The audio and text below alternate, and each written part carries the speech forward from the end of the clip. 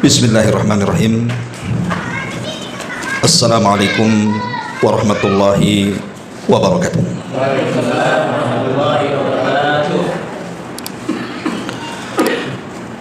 Alhamdulillah, wassalatu wassalamu ala rasulillah wa ala alihi wa sahbihi wa mawalah wa la hawla wa la quwata illa billahi wa ba'du. Alhamdulillah, segala puja dan puji hanya milik Allah subhanahu wa ta'ala. Salawat dan juga salam kita hadiahkan kepada Rasul kita Nabi besar Muhammad sallallahu alaihi wa ala alihi wasallam. Di malam hari ini alhamdulillah kita bisa berjumpa kembali, dan mudah-mudahan terus berjumpa seperti ini di atas thalabul ilmi. Dan kita berdoa kepada Allah Subhanahu wa taala sebagaimana kita dikumpulkan di sini, semoga juga kita dikumpulkan di surganya Allah Subhanahu wa taala. Amin ya rabbal alamin. Pembahasan di malam hari ini kita akan membahas dosa-dosa yang dianggap biasa. Apa aja itu dosa-dosa yang dianggap biasa ini? Celakanya dosa-dosa yang dianggap biasa ini sebagiannya jatuh kepada kekufuran, sebagiannya jatuh kepada kesyirikan, sebagiannya jatuh kepada dosa besar ataupun dosa-dosa kecil. Dan dosa yang dianggap biasa ini bisa saja dalam bentuk perbuatan ataupun dalam bentuk ucapan, atau boleh jadi dosa-dosa hati. Mudah-mudahan 1 jam ke depan, atau mohon kesabarannya mungkin bisa lebih, kita akan membahas tentang dosa-dosa ini. Dan seorang muslim harus tahu apa itu dosa.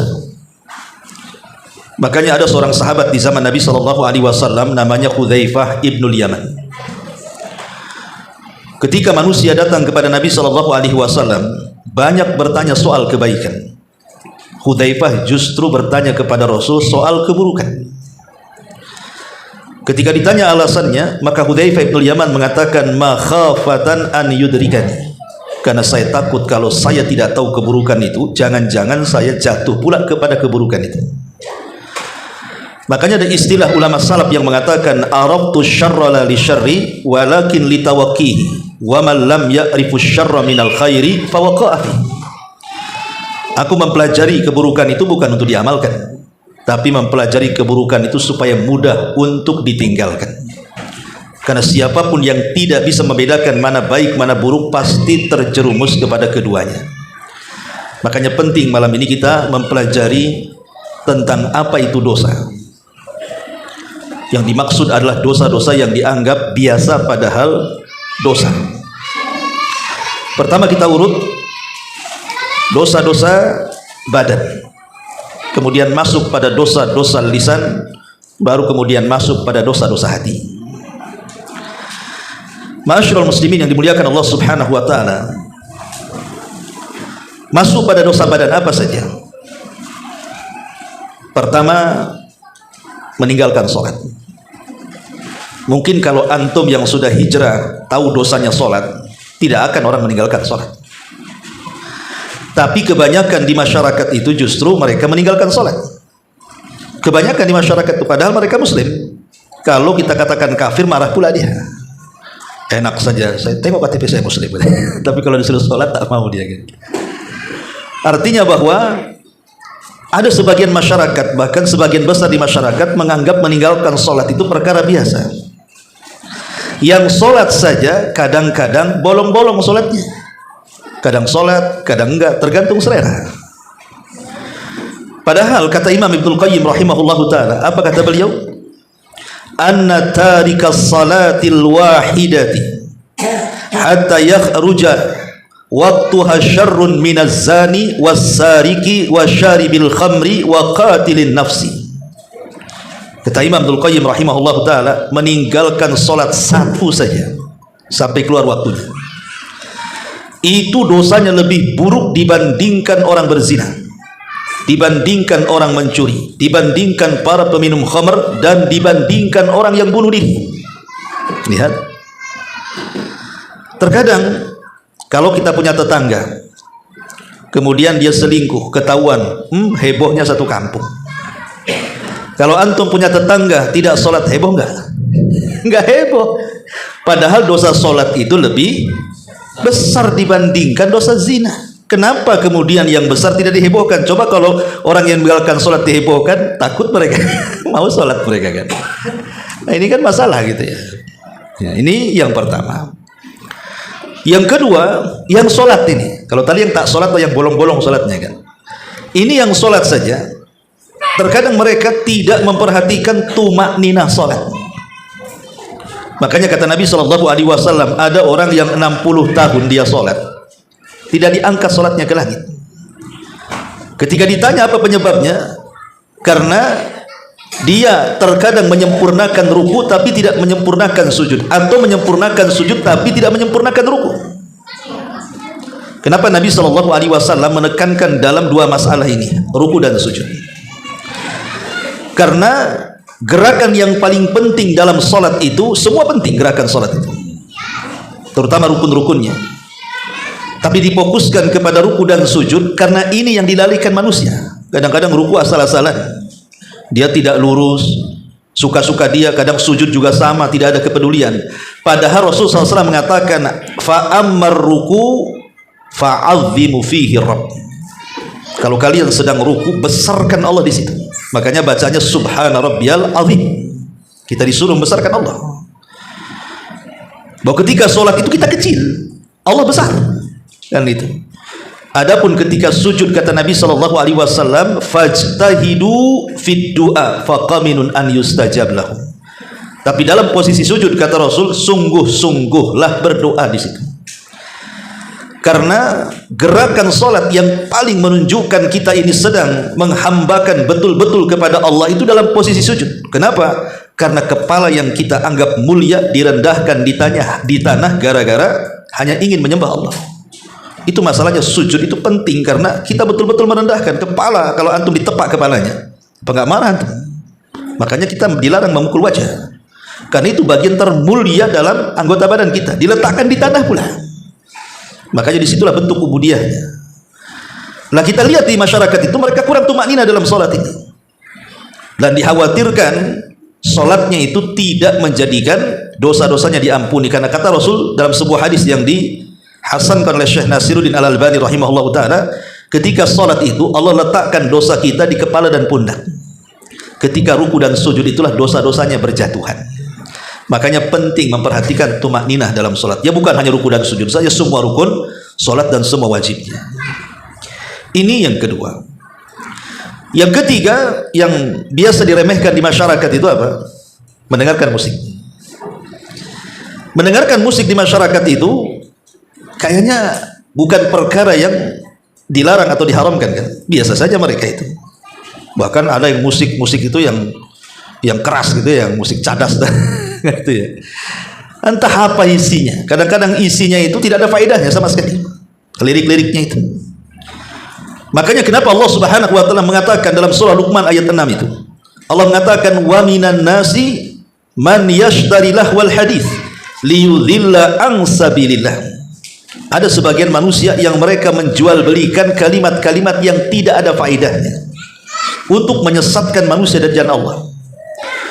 Kata para ulama tafsir, dan ini pendapat jumhur mayoritas ulama tafsir, maksudnya lahwal hadis adalah al-ghina, musik-musik, nyanyian-nyanyian. Coba orang-orang yang mendengarkan dangdutan atau lagu-lagu apa gitu, kira-kira bertambah iman atau keras hati? Iman tidak bertambah sama sekali. Bahkan yang ada keras hati, buktinya apa? Dilalaikan dia dari mendengar Quran. Itu kan keras hatinya tuh. Dan ini musibah dalam agama.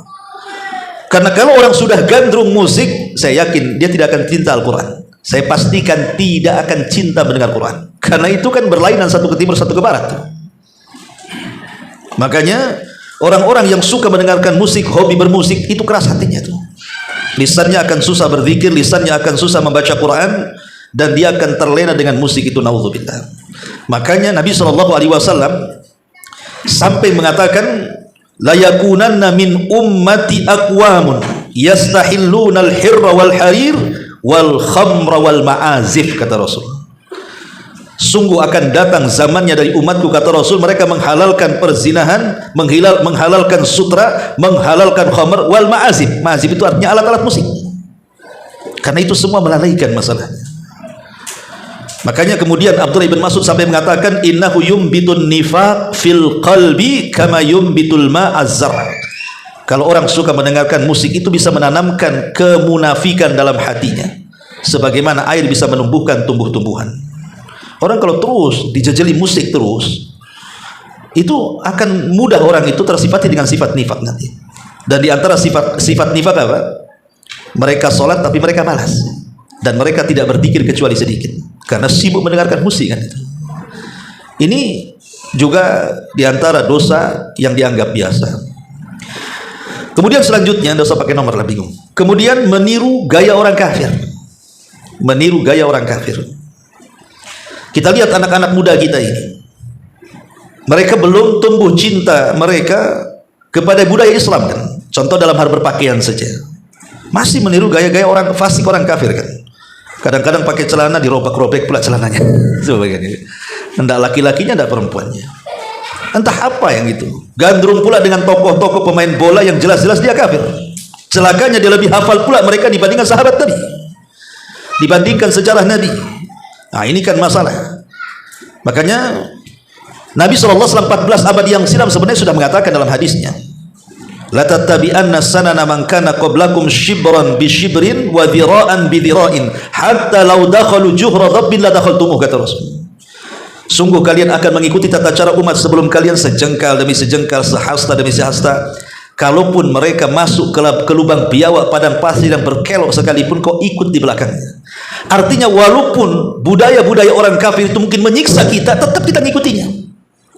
Lihat anak-anak pang itu dicintik sininya, itu sakit loh. Sakit kan? Dilubangi sininya, di botol aqua taruh sini. Apa nggak sakit coba? Ditindih sana, tindih sini kan? Budaya Islam kayak gitu tidak. Ditato. Itu sakit tuh ditato itu, karena dibakar kan. Bayangkan walaupun sampai menyakiti hatinya, dia tiru juga. Padahal apalah bagusnya coba, Allah sudah menciptakan badan kita loh fi ahsani taqwim. Sebaik-baik bentuk, oh mau dirubah-rubah pula bentuk Allah tuh. Dikiranya orang yang bertato, yang bertindik itu cantik ganteng, tidak. Yang ada kayak setan kalau saya lihat tuh. Yang kalau udah semuanya ditato itu udah bukan kayak orang tuh. Yang lebih parah matanya pula ditato. Subhanallah kan. Masyaallah muslimin yang dimuliakan Allah Azza wa Jalla, ini juga diantara dosa-dosa yang dianggap biasa. Kemudian juga berkhalwat. Mungkin bahasa kita pacaran kan itu ya. Baik mungkin ada istilah pacaran haram. Kalau sudah hijrah namanya pacaran halal kan. Apa itu pacaran halal itu? Awalnya kenalan di Facebook, ya, profil fotonya pakai jubah, pakai peci pula. Kenalan dengan akhwat, copy paste ucapan ustaz, disangka pula dia ustaz. Akhirnya kenalan, ta'aruf. Ta'arufnya agak syar'i sedikit, ngingetin sholat malam. Kadang-kadang naudzubillah kan. Masyaallah muslimin yang dimuliakan Allah Azza wa Jalla, khalwat itu ada dua. Ada namanya khalwat fisik. Khalwat fisik itu ya berdua-duaan di tempat gelap. Herannya dulu kalau orang lewat kuburan itu, orang takut. Sekarang enggak, orang pacaran di kuburan ya. Kenapa? Karena dia setannya masalah. Udah nggak takut lagi coba. Itu namanya khalwat fisik namanya, berdua-duaan. Tapi ada khalwat pikiran. Ya, pikiran kita kesedia saja. Padahal belum halal kan. Ada khalwat secara fisik, ada secara pikiran. Kalau sekarang khalwat di alam maya, tambah lagi itu. Lewat handphone, lewat media, lewat macam-macam kan. Semua dilarang, tidak boleh. Itu wasilah zina. Allah mengatakan wala taqrabuz zina. Jangan dekat-dekat zina, artinya wasilah-wasilah yang mengantarkan kepada perzinahan dilarang. Wasilahnya saja tidak boleh.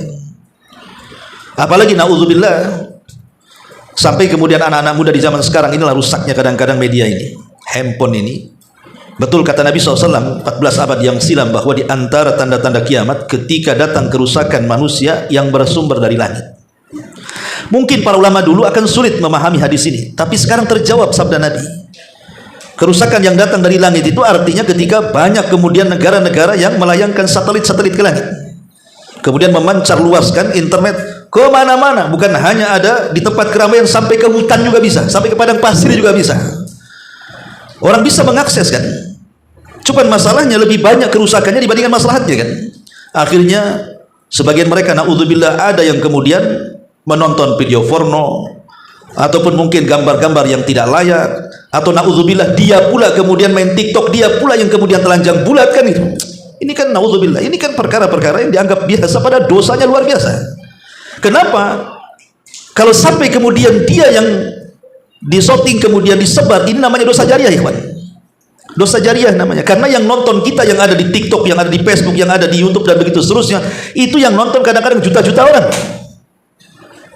Coba lihat kalau ada kayak gini secara dakwah nih, paling yang nonton 1-2 gitu. Coba kalau mamanya ada gambar-gambar naudzubillah buka aurat, penasaran dibuka juga, padahal di sini orang mancing tuh, hanya backgroundnya.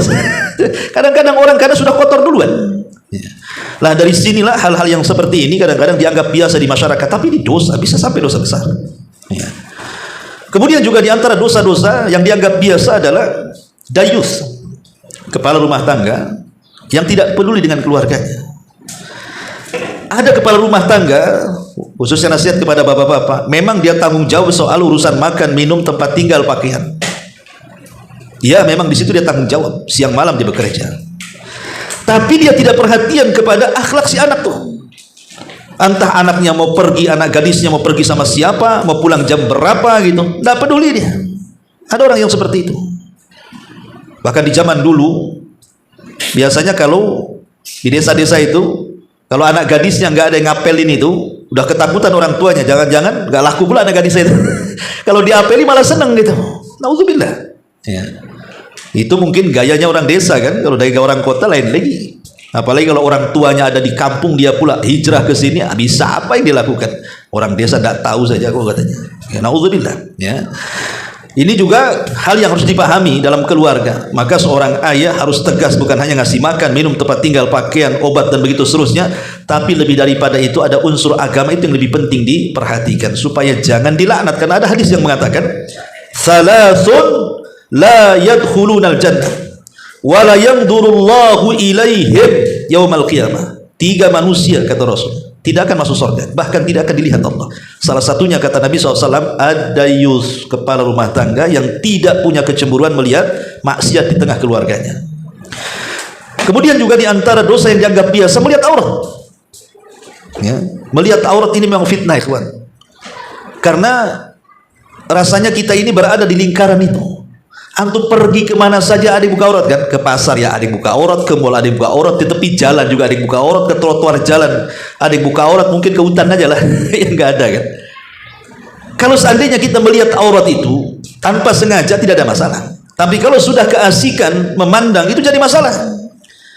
Makanya Nabi SAW disebutkan dalam hadis Jabir bin Abdullah radhiyallahu an, ketika dia melihat aurat yang tampak dari perempuan, maka fa'amarani an asrifa basari, Rasul merintahkan supaya kita langsung berpaling, karena Allah mengatakan kullil mu'minina yaghudduna min absarihim, katakan kepada laki-laki yang beriman hendaklah mereka menundukkan pandangan-pandangan mereka. Kita sulit sekarang ini menghindar mata kita dari aurat. Tengok handphone, iklannya itu pula yang telanjang, tengok TV itu juga yang telanjang, tidak tengok dua-duanya, tengok pula di jalan. Masuk bus itu juga yang ditengok, masuk kereta itu juga yang ditengok, masuk pesawat kayaknya tidak bisa kita terlepas dari itu kan. Tapi minimalnya ya kita berusaha untuk ghaddul basar lah kan, itu menundukkan pandangan. Kemudian juga di antara dosa yang dianggap biasa bagi wanita, tabarruj.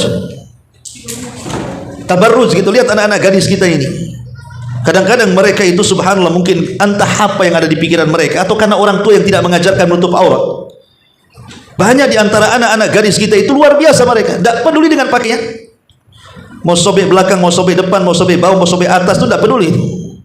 Padahal dia telah membuat fitnah bagi orang lain. Celakanya lagi, ini wanita yang sudah nikah nih. Ibu-ibu yang sudah nikah ini kadang-kadang lebih celaka lagi kan. Jelas-jelas di rumahnya ada suaminya, tak mau berdandan dia kepada suaminya. Tapi kalau ke kondangan gitu ya, ada acara perkumpulan, arisan, walimatul urus, masa 1 jam depan kaca dia. Bisa dia depan kaca itu Nanti pakai baju ini tak cocok, buka pakai baju yang lain. Kan gitu kan. Nanti pakai jilbab kayaknya kurang cocok, kayaknya singsul. Padahal sudah benar tuh. Saking sibuknya. Yang lebih parah alat kosmetiknya pula dibawa sekalian, takut luntur di jalan. Kan ada yang kayak gitu tuh. Anda ini sedang berdandan sama siapa? Sudah punya suami kok. Herannya lagi kalau pulang dari kondangan itu, yang tadinya cantik itu berubah jadi tidak cantik kan. Baju dibuka, ganti baju masak. Bawa bedak ganti jadi bawa bawang. Lah hal-hal yang seperti ini dihindari. Ini dosa, bukan perkara biasa. Ya. Ini juga tabarus karena Nabi SAW mengerikan hadisnya. Apa kata Rasul? Sinfani min ahlin nar, kata Rasul. Sinfani min ahlin nar. Ada dua kelompok, dua-duanya termasuk penduduk neraka. Kata Rasul, lam arahuma, aku tidak pernah menyaksikan di zamanku. Artinya ini terjadi setelah zaman Nabi, akhir zaman. Salah satunya Nabi SAW mengatakan apa? Wa nisaun kasiyatun ariyatun mumilatun ma'ilat ru'usuhunna ka'asnimatil bukhtil ma'ilati la yadkhulnal jannah wa la yajidna rihaha wa inna rihaha la yujadu min masirati kadha wa kadha, kata Rasul. Seorang wanita berpakaian tapi telanjang, berlenggak-lenggok dalam berjalan, kepalanya seperti punuk-punuk unta. Mereka tidak akan masuk surga. Jangankan surganya, baunya saja tidak akan kecium. Padahal bau surga akan tercium sejarak ini dan itu, kata Nabi. Ini kan bahaya. Betul Anda menutup aurat tapi ketat, apa bedanya? Betul Anda menutup aurat tapi transparan, apa bedanya? Betul pakai jilbab, atas tertutup, bawah pula terbuka. Nah, ini kan masalah, ya. Lah ini kan perkara-perkara yang mengerikan, ikhwatul fillah, karena di zaman Rasul tidak ada. Ancamannya ini loh yang mengerikan. Bukan hanya tidak akan masuk surga, mencium baunya aja tidak. Makanya saya nasihatkan kepada antum yang punya anak gadis itu, dari kecil sudah diajarkan pakaian syar'i. Nggak apa-apa, dari orok kita ajarkan supaya sudah terbiasa dia. Karena orang kalau sudah terbiasa dengan pakaian syar'i, walaupun banyak yang ngolok-ngolok, nggak panas ya, enggak, masih panasan neraka, bilang aja gitu. Kan gitu ya. Makanya di sini harus diperhatikan. Ini juga masalah tabarruj. Kemudian juga dosa yang dianggap biasa adalah dosa riba. Kalau orang sudah ngaji tahulah hukumnya. Tapi kebanyakan di masyarakat mana tahu tentang dosa riba. Mereka menganggap riba itu biasa. Bahkan sebagian mereka sengaja menaruh uangnya di bank itu untuk diambil ribanya setiap bulan malah. Nah, ini kan masalah. Makanya saya katakan riba ini sudah merajalela, ikhwan. Sudah merajalela. Lihat sekarang kasus-kasus pinjol itu kan riba semua. Silakan bayar sekian gitu, silakan pinjam sekian dengan menggadaikan sertifikat ini sertifikat itu, kan kita lihat, dan itu diiklankan di mana-mana, di pagar-pagar rumah, di tiang-tiang listrik, di pohon-pohon pisang. Jadi riba itu udah kemana-mana tuh, ada di pohon kelapa, ada di tiang listrik kan itu. Kadang-kadang ditempel di foto caleg pula. Silakan pinjam sekian dengan bunga rendah dan begitu seterusnya. Nauzubillah. Ya, Nabi mengatakan la'anallahu riba wa mukilahu wa katibaihi wa syahidaihi qalahum sawa, kata Rasul. Allah melaknat pemakan riba, yang ngasih makan riba, yang menyaksikan riba, yang mencatat riba, dosanya sama. Ya, Ustaz saya kan nyaksikan saja, nggak makan uangnya, sama dosanya dilaknat. Ustaz saya kan hanya nyatat saja sebagai notaris, sama karena itu riba. Ya, sampai disamakan semuanya coba. Ya. Bahkan Rasul mengatakan dirhamur riba. Satu dirham, berapa satu dirham? Kalau dinar itu emas, kalau dirham itu perak. Kalau dinar itu 4 gram lebih, kalau dirham itu 2 gram lebih. Anggap kalau 1 gramnya 800 atau mungkin 1 juta lah kan. Anggaplah 2 juta. Kalau kita makan 2 juta dan itu uang riba, apa kata Rasul? Wa huwa ya'lam asyaddu min sittatin wa thalathina zaniyatan. Dosanya lebih besar dibandingkan orang berbuat zina 36 kali, kata Rasul. Kalau makan riba seharga 1 dirham itu lebih dahsyat dibandingkan berzina berapa kali? 36 kali. Dosa zina itu besar, ya kan? Bahkan sekecil-kecilnya dosa riba itu seperti anak yang berzina dengan orang tuanya. Nauzubillah. Ya. Kemudian juga di antara dosa badan adalah tak mau bayar utang.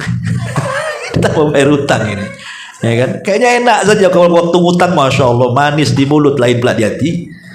Dekat kita, muji-muji kita, ngelus-ngelus badan kita, ujung-ujungnya ada nggak uang bang, katanya. Nanti saya janji minggu depan saya bayar. Pokoknya manis lah kalau berutang. Tapi ketika waktunya sampai, Pura-pura amnesia dia. Pura-pura lupa. La haula wala quwata illa billah. Menghutang itu ikhwan, kalau terpaksa boleh. Tapi dengan 5 syarat. Kalau terpaksa ya, tapi dengan 5 syarat. Pertama, memang terpaksa. Terpaksa saya harus ngutang. Kalau enggak saya enggak makan. Kalau enggak ngutang ini rumah nanti diambil karena saya ngekos, nanti saya tinggal di mana? Terpaksa. Ada hal-hal yang berhajat untuk berhutang kan itu. Yang kedua, ada niat membayar. Yang ketiga, transaksi tertulis. Yang keempat, tidak ada riba. Dan yang kelima, segera lunasi. Boleh berhutang. Ya. Sebab masalahnya ikhwatu fiddin, orang yang berhutang kalau tidak bayar hutang atau sengaja tidak bayar hutang padahal dia sanggup. Sampai ada orang yang datang ke saya, Ustaz, ada orang itu hutang besar sama saya, setiap ditagih susah kali. Tapi saya lihat mobilnya gonta-ganti loh, Ustaz. Dia ngomong gitu tuh. Ya. Hutang ini jangan sampai tidak dibayar. Satu, karena bagaimanapun tidak ada yang selamat dari hutang ini sampai pun orang yang mati syahid. Apa kata Rasul? Setiap orang yang mati syahid diampuni dosanya kecuali dia punya hutang. Jelas-jelas mati syahid itu. Ya. Kemudian juga dianggap pencuri dia, karena dia kan ngambil uang orang nggak dibalikin ya. Dianggap pencuri dia. Nanti di hadapan Allah Subhanahu wa taala dia dianggap pencuri. Di dunia pencuri dia potong tangan. Ya. Kemudian juga dosanya sampai ke kuburan. Sampai Nabi itu ada seorang jenazah sudah dimandikan, dikafankan dan siap disolatkan. Datanglah sahabat Rasul, jenazah sudah siap disolatkan, silahkan Anda solatkan. Ketika Rasul sudah melangkah, Rasul ngomong, punya utang nggak dia? Punya 2 dirham katanya. Oh nggak mau saya. Kalian aja yang solatkan, saya nggak mau. Maka sahabat merengek supaya Rasul menyolatkan, tidak mau kata Rasul. Sampai ada seorang sahabat namanya Abu Qatadah dan mengatakan, Rasul solatkan dia, aku yang bayar. Betul kau bayar? Saya bayar, saya jaminannya. Rasul baru mau nyolatkan. Setelah besoknya Rasul datang kepada Abu Qatadah, Abu Qatadah, udah kau bayar? Belum Rasul, kan baru kemarin matinya katanya. Di hari ketiga Nabi SAW ketemu lagi dengan Abu Qatadah. Abu Qatadah, kau bayar? Udah Rasul, sudah ku bayar. Kata Rasul, al-an qad barudat qabruh. Sekarang kuburannya udah dingin katanya. Dia tadinya panas, sekarang jadi dingin katanya. Lihat, sampai tergantung kepada kuburan, ya. Karena bukan hanya tersiksa dalam kubur dan di akhirat, orang yang punya utang di dunia udah tersiksa. Kenapa tersiksa? Malam dia stres, siang pula hilang. Itu orang utang tuh. Malam stres, siang hilang dicari-cari orang. Itulah orang utang tuh. Makanya ada di zaman Nabi SAW itu seorang sahabat namanya Abu Umamah. Walaupun ada sebagian ulama dhaifkan riwayatnya. Abu Umamah ini banyak utang, stres. Akhirnya dia lari kemana? Ke masjid. Berdoalah di masjid, beribadah di masjid itu. Di waktu duha, di waktu orang lagi sibuk-sibuknya bekerja. Entah apa yang melangkahkan Rasul ke masjid. Mau pokoknya Rasul ke masjid itu. Dilihatnya kok ada orang di pojok di masjid, ngapain orang lagi sibuk bekerja kok di dalam masjid pula? Rupanya Abu Umamah. Kemudian Rasul mengatakan, ya Aba Umamah, ngapain kau sholat di waktu yang bukan waktu sholat? Kata Abu Umamah, humumun lazimatni wa duyunun ya Rasulullah. Aku lagi stres, bingung, banyak utang. Rupanya bukan kita aja yang banyak utang, sahabat juga ada yang berutang. Stres juga itu sahabat Nabi itu. Tapi sahabat Nabi kan tidak seperti kita. Dia berusaha untuk melunasi dan berdoa kepada Allah agar bisa melunasi. Makanya kata Rasulullah, maukah ku ajarkan kepada kalian beberapa kalimat, kalau kau baca, ku yakin hilang bingungmu, terlunasi utang-utangmu. Maka Nabi SAW mengajarkan doa, Allahumma inni a'udzubika minal ajzi wal kasal wal jubni wal bukhli. Kemudian di ujung hadis Rasul mengatakan, wa adaini wa ghalabatir rijal, dan aku berlindung kepada Allah dari terlilit hutang dan terkalahkan dengan kebaikan orang. Taib, ini juga termasuk dosa yang dianggap biasa. Ya, bahkan yang lebih parah di zaman sekarang, yang galak itu bukan yang utangi. Yang galak itu yang berutang. Ya. Gara-gara uang 20.000 loh mau ditagih itu, sebelum nagih kita pula digalakin dia coba. Kan ini kan masalah ini. Ya. Ini secara umum dosa badan banyak sebenarnya. Dosa-dosa yang dianggap biasa dari dosa badan. Kita masuk kepada dosa lisan. Ya. Ma'asyiral muslimin yang dimuliakan Allah Azza wa Jalla. Salah satu nikmat Allah Subhanahu wa taala yang Allah anugerahkan kepada kita adalah lisan. Ini nikmat Allah. Dengan lisan kita bisa bicara, dengan lisan kita bisa berzikir, dengan lisan kita bisa baca Quran, bisa berdakwah macam-macam. Dan harus kita syukuri lisan ini. Coba lihat orang-orang yang bisu, apa keinginan mereka? Bisa bicara. Ya. Makanya ini nikmat Allah Subhanahu wa taala, harus disyukuri. Tetapi ingat bahwa dosa lisan juga sangat membahayakan. Terkadang ada orang yang bicara itu bukan berkalimat-kalimat, bukan ngomong sana sini. Terkadang ada orang itu yang mengucapkan satu kalimat, bukan berkalimat-kalimat, tapi karena satu kalimat itu menyebabkan keburkaan Allah, cukup memasukkan dia ke dalam neraka jahanam. Apa kata Rasul? Wa innal abda la yatakallamu bil kalimati la yulki laha balan min sakhatillah yahwi sahibuha fi nari jahannam. Terkadang ada seorang hamba mengucapkan satu kalimat yang tanpa sadar diucapkan dan itu membuat Allah murka, itu sudah cukup memasukkan dia ke dalam jahanam, kata Nabi. Itu satu kalimat. Cemana berkalimat-kalimat, cemana dirangkai pula, ya. Makanya ingat, dan dosa yang paling banyak dilakukan oleh kita ini bukan dosa badan, bukan dosa hati, dosa lisan paling banyak. Makanya Nabi SAW sampai mengatakan kepada Mu'adz bin Jabal radhiyallahu anhu, "Tsakilatka umuka ya Mu'adz, wa hal yakubun nas fi nari jahannam illa hasaidu alsinatihim." Celaka engkau Mu'adz, bukankah kebanyakan orang dijungkir balikan ke neraka jahanam itu akibat lisan-lisan mereka? Dan tidak ada perkara yang banyak memasukkan orang ke neraka melebihi lisan. Karena paling banyak dosanya lisan itu. Seperti apa dosa lisan itu? Ya, yang dianggap biasa tapi berdosa di dalamnya.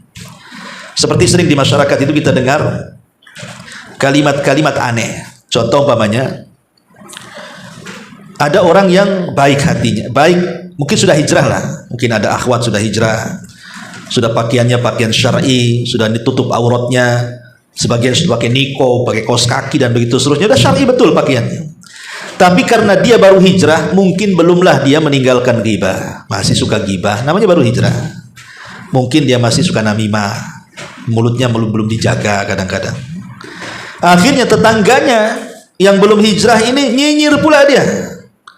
Ngapain kalau pakai jilbab, kalau mulutnya kayak setan, katanya. Kan begitu ya. Ada tuh yang ngomong itu, udah lepas aja jilbabnya, sama juga dia kayak kita, katanya. Kenapa yang disalahkan jilbabnya? Tidak boleh kita menyalahkan sebuah kebaikan gara-gara dia melakukan sebuah keburukan. Karena Allah Subhanahu wa taala berfirman di dalam Al-Qur'anul Karim tentang masalah ini, wa ma taf'alu min khairin ya'lamhullah. Apapun yang kau lakukan dari kebaikan itu Allah akan balas. Dan Allah mengatakan, wa ma tuqaddimu li anfusikum min khairin tajiduhu indallah. Apapun yang kau lakukan dari kebaikan, kau akan dapat balasannya di hadapan Allah. Kalau seandainya orang yang berjilbab ini belum bisa menjaga lisan, jangan salahkan jilbabnya, salahkan gibahnya, ya. Jangan salahkan kebaikannya, salahkan keburukannya. Sebab kalau seandainya kemudian akhirnya tersinggung orang itu, dia copot jilbabnya, betul juga ya, saya belum bisa menjaga lisan, saya copotlah jilbab saya. Kuadrat dosanya, ikhwan. Membuka aurat sudah dosa, ghibah pula sudah dosa. Apa enggak double dosanya tuh? Masih mendingan orang berjilbab masih ghibah dibandingkan orang berghibah tak pakai jilbab, gitu maksudnya. Karena orang yang berghibah sudah berghibah dosa besar, tak pakai jilbab buka aurat dosa besar, kuadrat kau dosamu, ya. Tapi kalau orang pakai jilbab, kan dia dapat pahala dengan jilbabnya karena nutup aurat. Cuman dia berdosa dengan lisannya karena masih ghibah. Tinggal ditimbang sajalah kebaikan keburukannya tuh. Maka tidak boleh kita menyalahkan seperti itu. Ya, ini di antara dosa lisan yang banyak dilakukan di masyarakat. Ataupun sebagian orang itu, ini kadang-kadang ya, saya dengar di masyarakat tuh, kadang-kadang kalau dia orang-orang awam nih, kalau terkejut itu yang keluar itu kalimat kotor.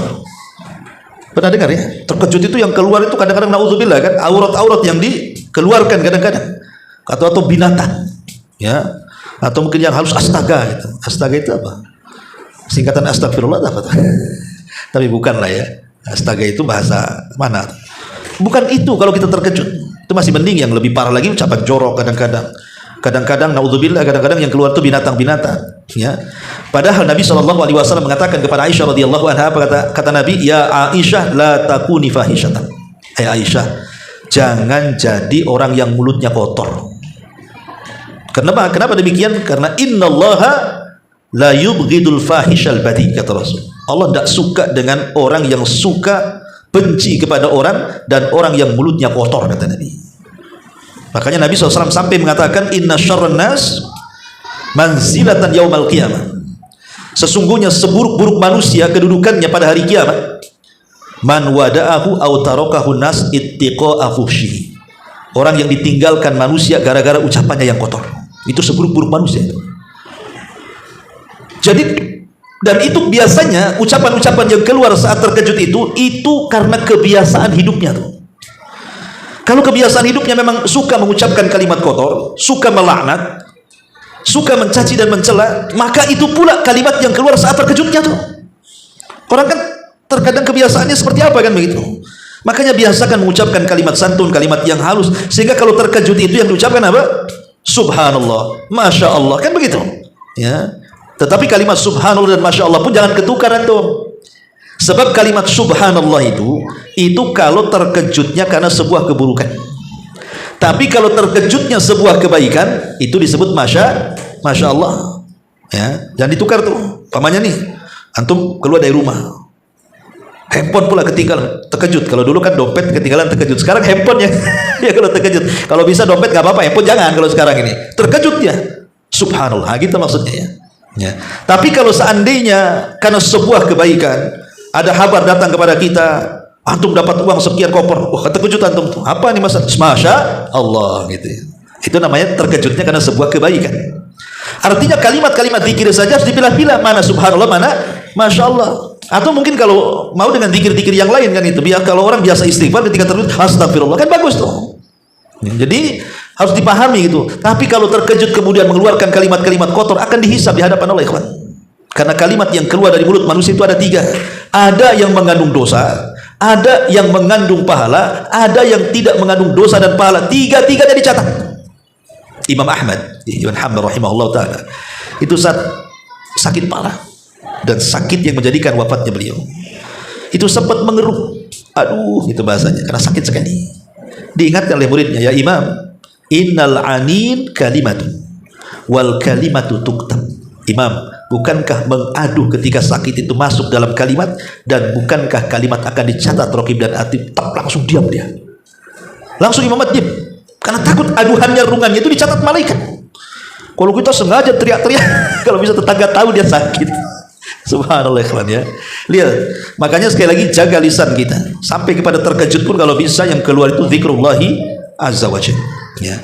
Kemudian juga yang biasa diucapkan di masyarakat itu adalah kalimat seperti ini.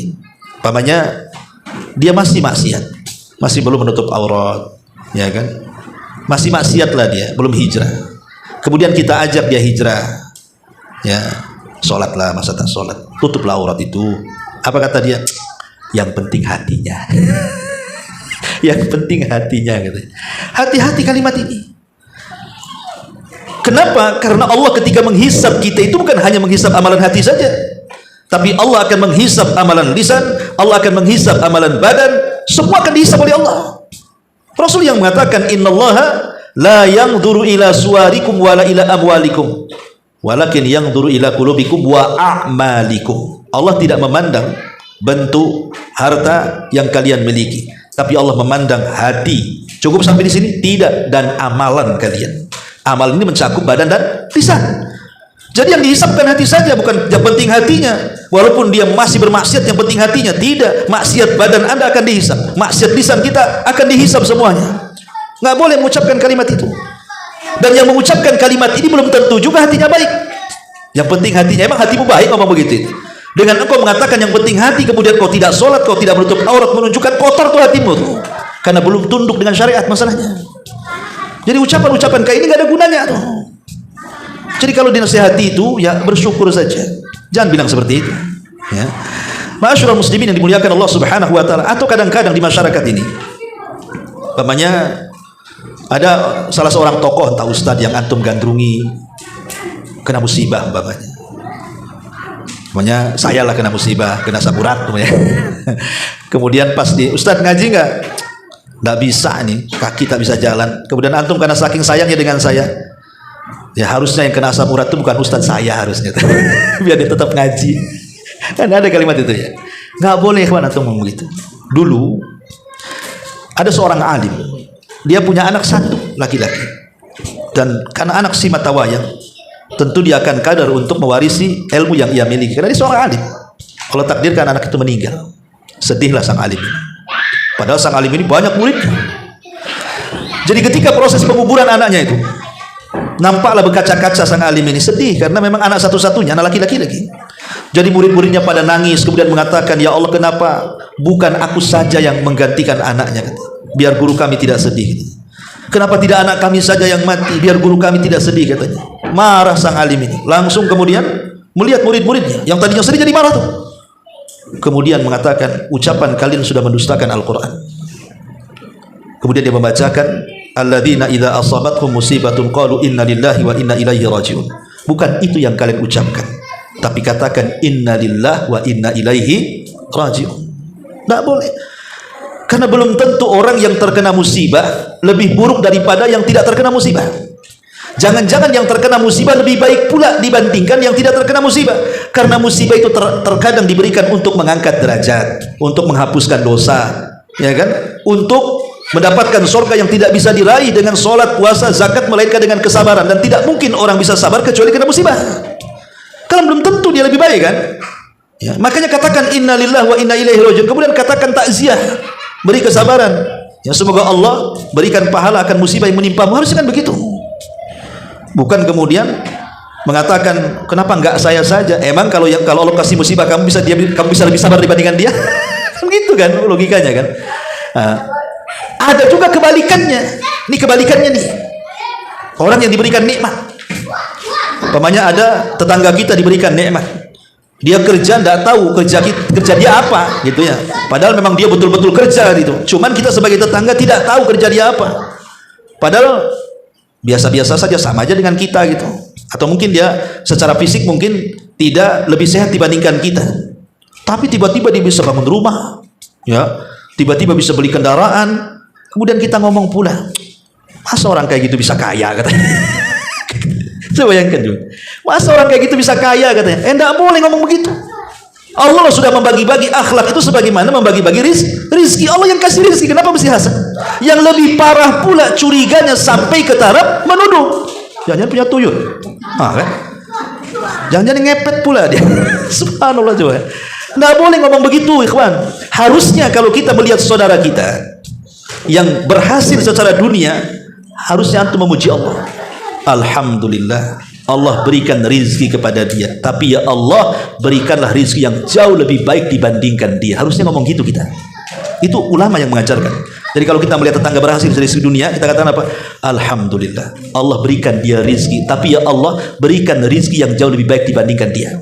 Tetap kita puji Allah. Jangan nuduh-nuduh. Apalagi nuduhnya nggak berdasar pula, kan begitu. Karena nuduh tidak berdasar itu tidak keluar kecuali dari orang hasad. Itu orang hasad yang seperti itu. Tidak mau ada tetangganya sukses secara dunia, itu tidak mau, dia hasad. Padahal ulama mengatakan halakal hasidu qablal mahsud. Orang hasad ini kadang-kadang lebih hancur dibandingkan orang yang dihasadi. Kenapa tidak? Tetangga umpamanya bangun rumah, tensinya naik. 6 bulan setelahnya naik pula lah ke tingkat 2. Makin tensinya naik gitu. Kan gitu ya. Udah bangun rumah, beli kendaraan, coba bayangkan. Dia yang enak naik kendaraan, kita juga sama naik kendaraan, tapi kita pakai ambulan, dia pakai mobil dia ke rumah sakit karena stroke dia, kan. Mikirin orang, ngapain ini mikirin orang? Kan yang seperti ini yang harus dihindari sebenarnya. Ya, ini akhlak masalahnya, kan. Alhamdulillah kita syukuri tetangga kita kaya, tapi kita juga meminta kepada Allah semoga minimalnya walaupun tidak lebih dari tetangga, ya Allah samakanlah kekayaannya. Dan tidak ada yang mustahil bagi Allah Subhanahu wa taala. Ya, ini juga kata-kata kadang-kadang tidak sadar diucapkan manusia. Ataupun mungkin yang lebih daripada itu mengarah kepada kesyirikan. Seperti umpamanya mengatakan kalimat seandainya. Nabi SAW mengatakan ihris ala ma yanfauka wasta'in billah wa la ta'jaz wa la taqul law fa'altu kada wa kada lakana kada wa kada walakin kul qaddarallahu wa ma syaa fa'al fa inna law taftahu amala syaitan. Kata Rasul, jangan katakan kalimat seandainya, andai kata, bila mana, itu semakna kalimat-kalimat itu. Karena kalimat-kalimat seperti itu bisa menolak takdir Allah. Tapi katakan semua atas kehendak Allah dan semua atas takdir Allah. Karena kalimat seandainya itu bisa membuka pintu setan. Itu kalimat setan, ya kawan.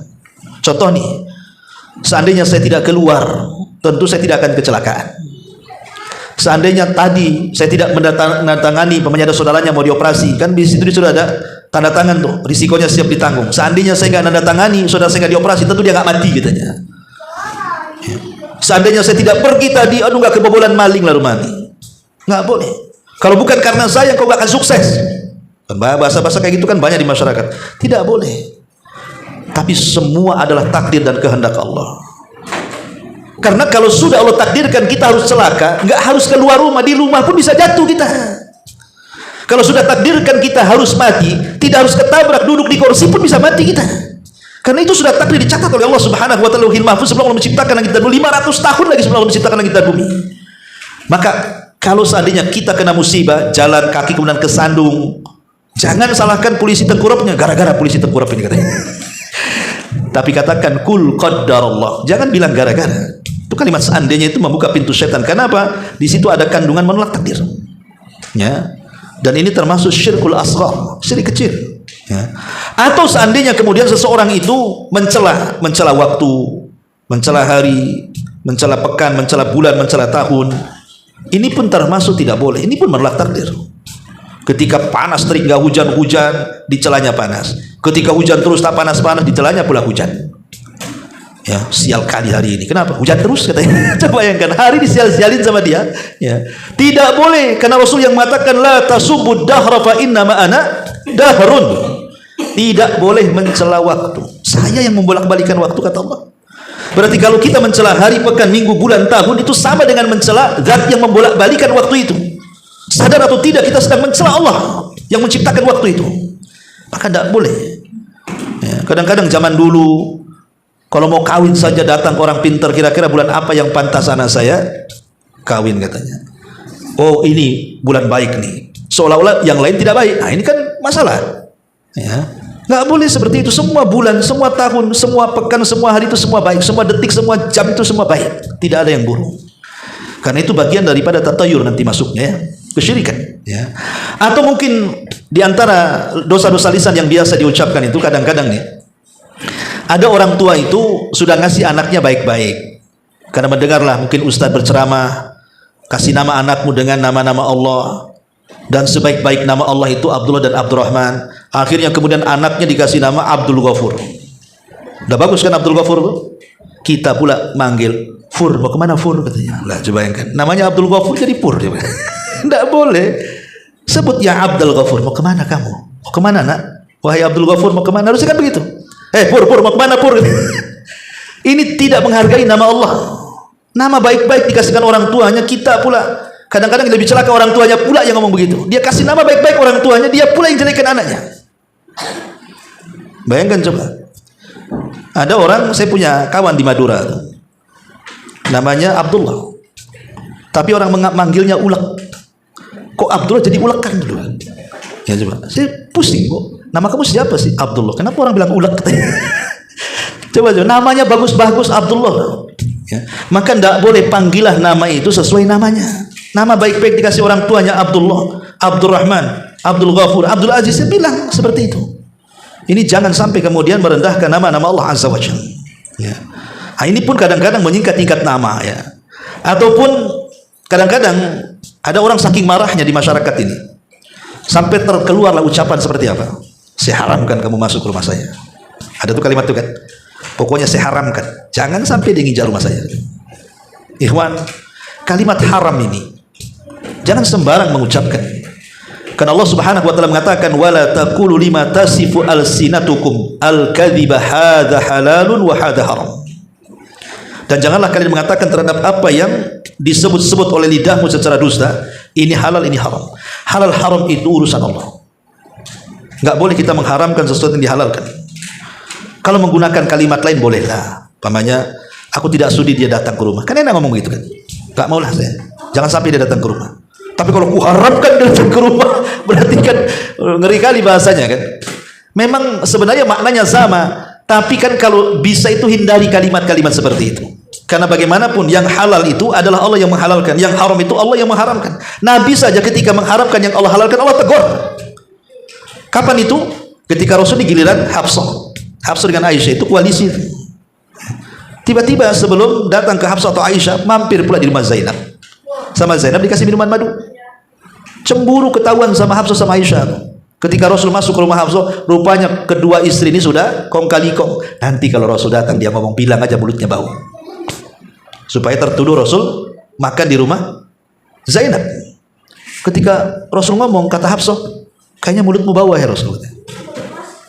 Aisyah pula menguatkan, iya bau katanya. Kadang-kadang nih poligami ini kadang berkoalisi juga nih kan. Kata Rasul, tidak, aku tidak makan. Karena disangkanya apa? Rasul itu memakan sesuatu yang enak tapi bau rasanya. Kemudian kalau kayak kita ini makan jengkol atau makan pete gitu ya, enak tapi berbau itu kan. Kata Rasul, tidak, aku nggak makan sesuatu yang seperti itu. Aku hanya minum madu. Minum madu, nggak itu saja. Karena Rasul suka minum madu masalahnya. Maka kata Rasul, kalau itu yang membuat kalian tidak suka, maka saya tidak akan minum madu lagi.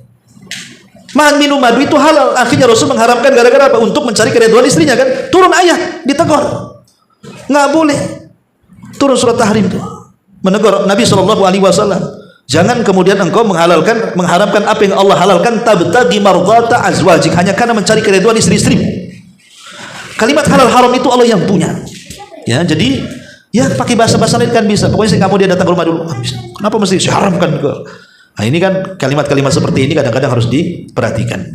Termasuk juga ikhwatul fiddin muliakan Allah azza wajalla. Terkadang ada orang itu saking emosinya melihat anak tetangga mungkin nakal-nakalnya, akhirnya terucap kalimat, kok ini anak orang kan anak setan katanya. Saking nakalnya dibilang anak setan. Ikhwatul fiddin, kalau dibilang anak setan berarti ibu bapaknya ya ibu bapak setan juga lah kan, begitu konsekuensinya. Nggak boleh. Ya. Karena sebenarnya ikhwatul fiddin mengucapkan kalimat ini bahaya. Kalau kita punya anak, tetangga punya anak, kemudian kita katakan kepada anak tetangga, dasar anak setan kau ya, kau nggak diajari adab sama orang tuamu, itu sama dengan mengatakan anak kita setan. Karena Rasul yang mengatakan doa kepada seorang muslim bi dhahril ghaibi, tanpa sepengetahuannya, kemudian dia berdoa untuk saudaranya, maka malaikat akan datang kepada kita dan mengatakan walaka mithlu, dan seperti itu juga engkau akan dapat. Jadi kalau seandainya kita mendoakan anak orang lain dengan kebaikan, maka malaikat akan datang kepada kita, anakmu juga sama, gitu maksudnya. Jadi kalau kita kemudian mencela dengan keburukan, malaikat akan datang, anakmu juga sama. Nah, itu masalahnya. Ketika kita mengatakan anak orang setan, itu sama dengan malaikat mengatakan anakmu juga setan. Nah, bahaya jadinya. Maka doakan kebaikan anak-anak tetangga itu, karena mendoakan kebaikan kepada anak tetangga sama dengan mendoakan malaikat kepada anak kita. Makanya kalau kita belajar parenting, bagaimana tarbiyah seorang orang tua kepada anak itu. Umpamanya kita punya anak nakal. Di antara salah satu obatnya supaya anak kita ini bisa jadi anak soleh adalah pertama berdoa agar anak kita menjadi baik. Kalau dengan doa kita kepada Allah agar anak kita menjadi baik masih juga tidak baik, doakan anak orang. Doakan anak orang dengan kebaikan, dengan tidak mengindahkan doa baik juga bagi anak kita. Ya Allah, semoga anak saya jadi anak soleh dan anak tetangga juga anak soleh, gitu maksudnya. Supaya apa? Dengan doa orang tua kepada anak soleh, akhirnya Allah ijabah. Kemudian dengan doa kepada anak tetangga mudah-mudahan soleh, malaikat datang, dan seperti itu pula anakmu, kata malaikat. Maka hati-hati, jangan ngomong seperti itu ya. Ataupun kadang-kadang di masyarakat ini orang itu mudah melakop-lakop kan. Melakop-lakop itu artinya memberikan gelar-gelar yang tidak baik. Banyak tuh saya lihat itu. Kadang-kadang macam-macam itu. Kadang saya pernah mendengar itu, mungkin ada ya orang awam sih ya, mungkin dia korban film kan, disebut mau kemana mak lampir katanya. Jadi saya tanya, emang dia mak lampir gitu? Padahal namanya bukan itu kan ya, mungkin karena dia hitam atau kurus atau mungkin tua gitu dibilang mak lampir. Naudzubillah. Atau dia mungkin gemuk badannya, aduh ini awas si drum lewat nih katanya, gara-gara gemuk dibilang drum, gara-gara tinggi dibilang gapura jalan katanya kan. Macam-macam kan lakop-lakop di masyarakat ini. Nggak boleh. Tinggi, pendek, hitam, putih, mancung, pesek, gemuk, kurus, itu urusan Allah. Laqad khalaqnal insana fi ahsani taqwim. Ingat, itu Allah sudah menciptakan kita sebaik mungkin. Kita buruk-burukan penciptaan Allah. Ketika kita memburuk-burukan ciptaan Allah dengan melakop-lakop dengan keburukan, itu sama dengan mencela sang penciptanya. Itu masalahnya. Kita mencela Allah hakikatnya, bukan mencela orang itu. Maka jangan kemudian melakop-lakop seperti itu. Atau yang lebih parah lagi, menjelek-jelek fisiknya pula. Atau lebih lagi mencontohkan fisiknya pula. Dia jalannya pincang atau contohkan di jalannya kayak gini. Nah, kurang ajar tuh. Coba ingat. Kalau antum yang seperti diejek orang gitu. Makanya Allah mengatakan wailun likulli humazatil lumazah.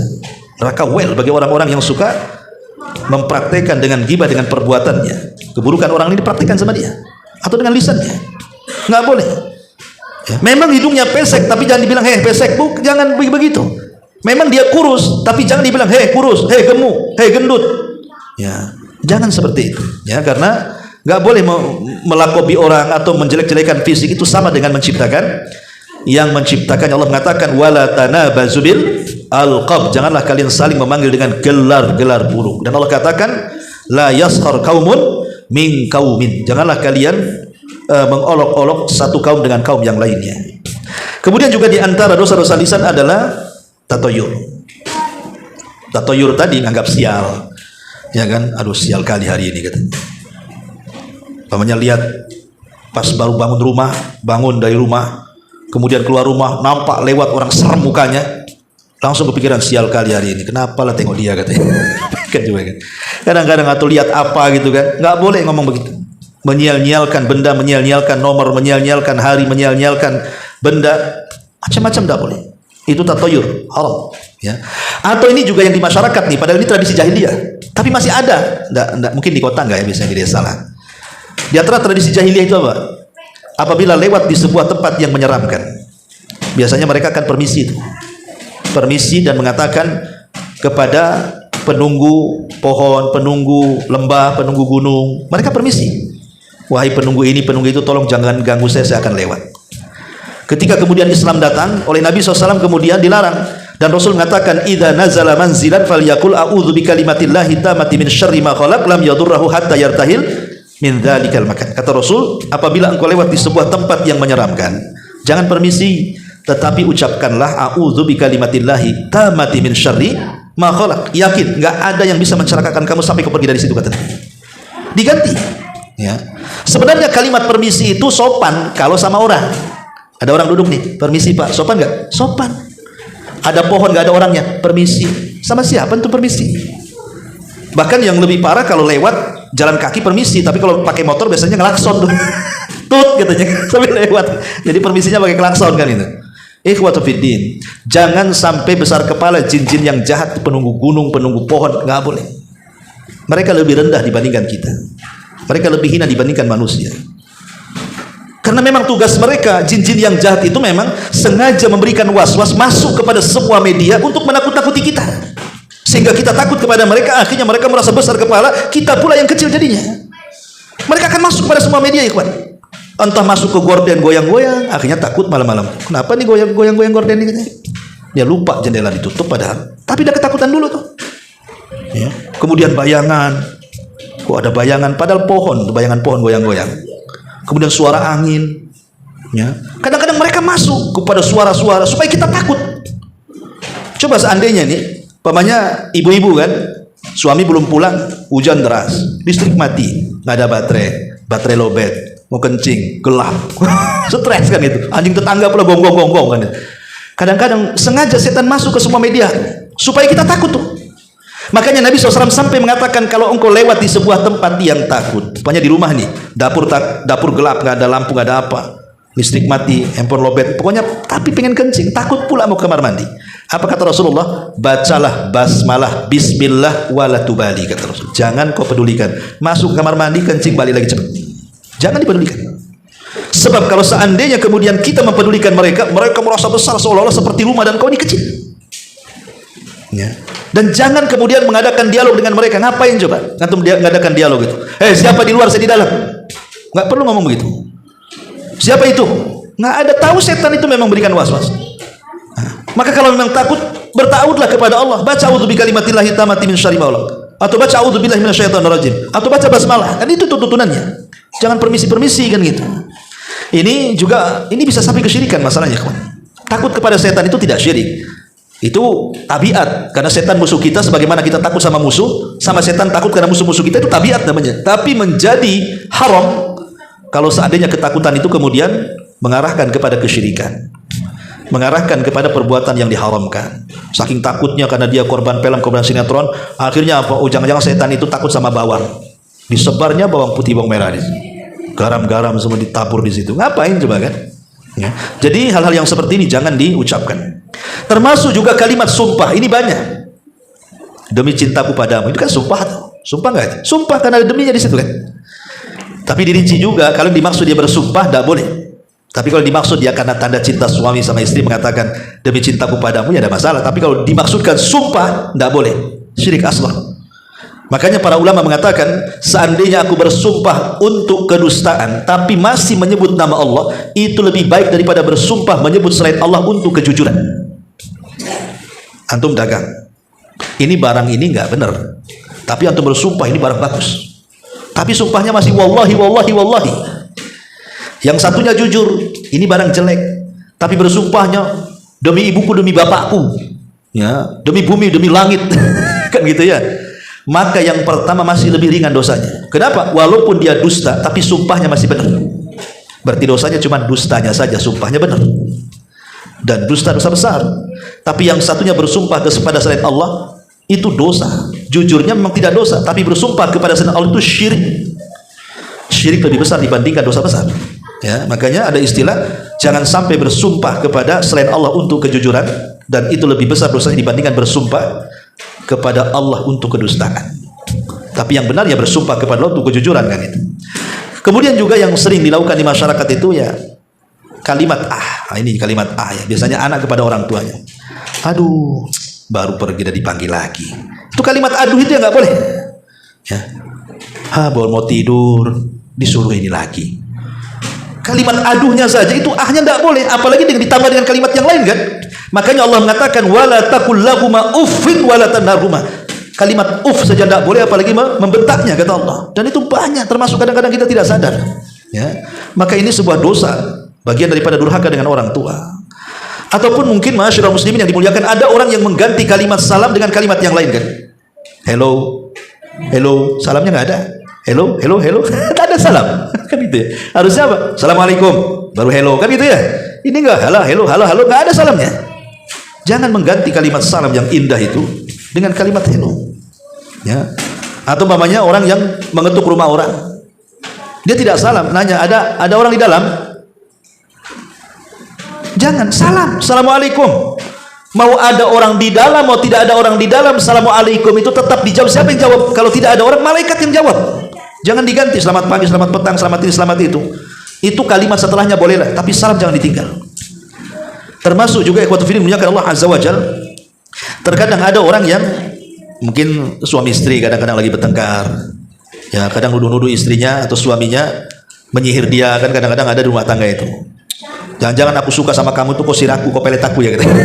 Kan ada gitu. Tidak boleh kalimat diucapkan. Itu sudah jodoh engkau. Kenapa kau mau waktu kawin sekarang lagi bertengkar pula, nuduh-nuduh orang nyihir pula. Ya. Ini juga kalimat-kalimat yang tidak boleh. Termasuk ghibah, namimah, bahkan menyampaikan hadis palsu lagi maudhu. Itu lebih parah lagi. Atau mungkin yang bisa sampai kepada kekufuran, mengatakan semua agama sama. Ini kan liberal, tidak boleh mengucapkan kalimat itu. Ya, orang-orang pluralisme itu. Kemudian juga mengucapkan selamat Natal, tidak boleh kita mengucapkan selamat Natal. Ya. Kenapa demikian? Karena konsekuensinya 3. Kalau antum mengucapkan selamat Natal itu konsekuensinya 3. Pertama, antum meyakini bahwa Isa bin Maryam itu seperti keyakinan orang Nasrani. Apa itu? Tuhan, anak Tuhan, satu di antara 3 Tuhan, kan begitu. Berarti kita mengucapkan selamat, selamatlah Isa itu Tuhan lah. Gimana? Qul huwallahu ahad. Kenapa pula Isa pula jadi Tuhan? Yang kedua, antum meyakini bahwa Isa itu mati di tiang gantungan. Isa tidak mati, Isa diangkat ke langit. Yang ketiga, antum meyakini bahwa kelahirannya tanggal 25 Desember. Siapa bilang? Kurma itu tidak ada yang jatuh di bulan-bulan Desember, karena bulan Desember ini bulan dingin. Kurma itu tidak berbuah kecuali bulan 6, bulan 7, bulan 8. Itu musim panas, musim dingin tidak jatuh kurma itu. Jadi seolah-olah kita mengiyakan agama mereka, kan? Nggak boleh. Kita ini sudah punya ulang tahun sendiri, Idul Fitri, Idul Adha. Ngapain antum ucapkan selamat kepada mereka? Ini juga kadang-kadang jadi biasa gitu ya. Termasuk juga mengatakan kafir kepada saudaranya. Terakhir saya dengar ada seorang dai mengucapkan gara-gara tidak secara dohir tidak menolong Palestina. Arab Saudi dibilang gimana? Bukan Saudi Arabia, Yahudi Arabia katanya. Masa Yahudi Arabia? Nggak boleh, kawan. Yahudi itu kafir. Saudi Arabia kafir? Tidak. Dengan mengatakan Yahudi Arabia sama dengan mengkafirkan satu Saudi Arabia. Yahudi itu umat yang dilaknat. Orang Saudi bukan orang Yahudi. Dan dia tidak tahu bagaimana Saudi menyumbang, bagaimana Saudi membantu, kan? Dengan cara mereka kita tidak tahu. Kita melihat berita kadang-kadang hoax semua. Tapi okelah kemudian kenyataan seperti itu. Apa kita celah dengan mengatakan Yahudi Arabia? mengatakan Yahudi Arab itu sama dengan mengkafirkan seluruh rakyat Arab. Dan itu masuk pada sabda Rasul, barang siapa yang mengucapkan kepada saudaranya ya kafir, hei kafir, faqad ba'a bihi ahaduhuma, itu sama dengan melemparkan kekafiran ke yang mengucapkannya kalau tidak terbukti. Kalau kita mengatakan hei kafir, ternyata dia bukan kafir, berarti kita yang kafir. Ini ucapan-ucapan bahaya, kawan. Tidak boleh kita mengkafir-kafirkan. Kita ini hanya mengkafirkan yang Allah kafirkan saja. Yahudi kafir, kata Allah, kita katakan Yahudi kafir. Nasrani kafir, kata Allah, kita katakan Nasrani kafir. Dah, pokoknya yang Allah kafirkan, kita kafirkan. Yang Allah tidak kafirkan, jangan coba-coba dikafirkan. Ya, ini juga kalimat-kalimat mengerikan, naudzubillah. Ya, dan banyak lagi lah. Nah, karena waktu juga, kita cepat-cepat saja. Yang terakhir, kita bicara dosa hati. Dosa hati yang biasa dilakukan ya seperti hasad, dengki, atau terlintas dalam hati ingin maksiat, ya kan, terlintas dalam hati ingin menyakiti orang karena dendamnya, terlintas dalam hati ingin bunuh diri, udahlah mati aja lah, karena mungkin faktor ekonomi, faktor apa gitu kan, ataupun was-was gara-gara mimpinya buruk, jatuh dari ketinggian, ataupun mimpi apa, ketemu genderuwo, ketemu apa, dalam mimpinya kepikiran aja, gelisah hatinya. Mimpi buruk tidak akan menjadi kenyataan asal kita lakukan sunnah-sunnah Nabi ketika mimpi buruk itu. Jadi kalau kita mimpi buruk, bangun, kemudian ta'awud 3 kali, meludah ke arah kiri 3 kali. Kemudian setelah itu atur posisi, jangan sebagaimana tidur yang tadi kita posisi ke situ, balik posisi, pindah dari situ, ya. Kemudian miring ke lambung kanan. Kok masih juga berwudu, masih juga sholat, pasti akan hilang mimpi, nggak akan bersambung. Dan kalau kita melaksanakan sunnah-sunnah ini, tidak mungkin terjadi mimpi buruk itu. Mimpi yang akan terjadi cuma satu, mimpi baik. Itu pun kadang terjadi, kadang tidak, tergantung yang mentakwilkannya. Makanya kalau kita mimpi buruk jangan diceritakan. Kalau mimpi baik diceritakan, tapi kepada orang yang memang layak diceritakan. Sebab kalau kita mimpi baik diceritakan kepada orang yang tidak suka dengan kita, tetap saja takwilnya jelek. Kan itu orang tidak suka dengan kita. Ya. Itu pun harus lihat-lihat, mau diceritakan sama siapa, diceritakan sama orang hasad pula sama kita. Takwilnya jelek lah jadinya. Ya, maka kadang-kadang hati kita was-was, atau was-was gara-gara melihat sesuatu, melihat gagak di malam hari, burung hantu apa, jadi was-was. Nggak boleh. Nah, itu dosa hati, ya. Atau was-was dalam ibadah, ataupun yang lebih parah ya riya. Nah, itu yang lebih parah, riya gitu ya. Seperti mamanya kalau kita beribadah nggak ada yang muji, kayaknya lemas ibadahnya. Ataupun kalau banyak manusia rajin ya ibadahnya, kalau nggak ada ya malas-malas. Ya, ataupun kalau ada apa namanya dilihat orang dihusu-husukan, itu kan semua ria. Ini penyakit hati semuanya, kawan. Dan itu biasa dilakukan manusia, padahal ini sebuah perbuatan dosa. Lalu apa itu obatnya dari penyakit-penyakit badan, dosa-dosa badan, dosa lisan, kemudian dosa hati? Secara umum, pertama muraqabah. Biasakan kita merasa diawasi Allah Subhanahu wa taala. Kemudian yang kedua, iltija ilallah, berlindung kepada Allah Azza wa Jalla, jangan sampai kita terjatuh kepada dosa. Kemudian yang ketiga, istisharu li'azamatillah, lihatlah kebesaran Allah Azza wa Jalla. Jangan lihat dosa, tapi lihatlah kepada siapa kau berbuat dosa, Allah, ya. Kemudian juga mujahadatun nafsi, lawanlah hawa nafsu, karena dosa itu sumbernya kalau tidak setan, hawa nafsu, teman yang buruk. Tinggalkan tiga-tiganya, tinggalkan setan, redam hawa nafsu, jangan berkawan dengan orang buruk. Itulah pemicu dosa, ya. Kemudian juga kebalikannya, ketika kita terhindar menjauh dari setan, berarti mendekat dengan Allah dengan berzikir. Ketika kita berusaha untuk melawan hawa nafsu, berarti kita mujahadah. Ketika kita kemudian jauh dari teman-teman yang buruk, cari teman-teman yang soleh, karena itu pemicunya supaya kita ini tidak bermaksiat kepada Allah Azza wa Jalla. Kemudian banyak bersyukur.